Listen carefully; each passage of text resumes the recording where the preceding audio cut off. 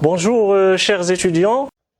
Dans cette séquence, je vous présente la démarche de travail concernant votre mémoire de fin d'études en licence fondamentale. Donc c'est une étape introductive dans laquelle on va se mettre d'accord sur un ensemble de critères de travail à condition de respecter les délais et également un travail de qualité et en assumant toutes les responsabilités de chaque membre dans le groupe des étudiants. Les étapes de travail, cette année-là, on va organiser notre travail sous forme de 3 étapes. Une première dans laquelle les étudiants seront amenés à établir le plan de mémoire et la problématique. Le délai de soumission, c'est fin février. Une deuxième étape, il faut finaliser la première partie du travail et il sera comme délai de soumission fin avril. Enfin, une troisième et dernière étape dans laquelle il faut remettre le mémoire finalisé et le délai de soumission, ce serait le fin mai.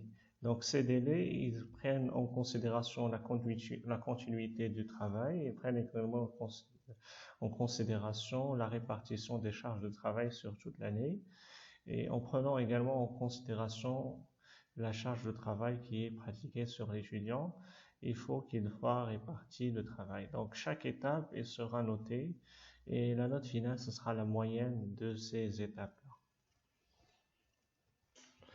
Donc, concernant la première étape et la soumission du plan de mémoire, il y a 2 versions dans le plan de mémoire.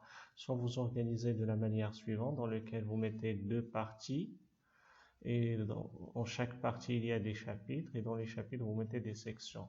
Donc, vous mettez 2 parties. Si vous avez 2 parties, vous mettez la première et la deuxième, et vous répartissez les parties sous forme de chapitres 1 et 2, et les sections, il ne faut pas dépasser 2 sections par chapitre. Donc, bien évidemment, il faut toujours commencer par une introduction générale et une conclusion. Donc, dans la deuxième option, si vous avez 3 éléments dans votre plan, ou bien 4, donc moi je favorise cette répartition-là, vous organisez sous forme de chapitres et à l'intérieur de chaque chapitre, vous mettez des sections. Donc, vous aurez 3 ou 4 chapitres.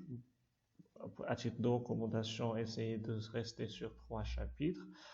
Et voilà, sous l'exemple suivant, en commençant par une introduction et en finalisant par une conclusion générale.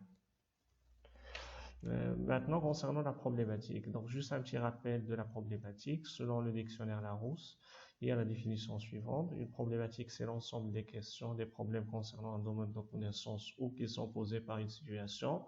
Il s'agit de la question centrale du thème. Il doit être simple, précise, concise et cohérente.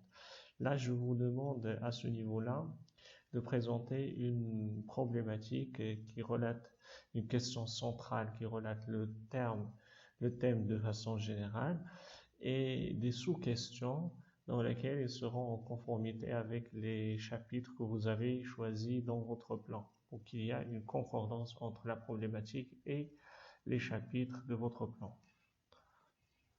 Pour faire tout cela, il est indispensable d'utiliser des outils de recherche entre la bibliothèque, etc. Vous pouvez utiliser également des sites un peu plus spécialisés dans les articles et les livres. Je vous donne à titre d'exemple le site de PDF Drive. Donc également, il y a le site de Google Scholar qui est également spécialisé, et Z-Library dans lequel vous pouvez télécharger des livres et également vous pouvez télécharger des articles scientifiques relatifs à votre thématique. Je vous demande également de constituer votre groupe le plus tôt possible et essayer d'être cohérent dans votre choix.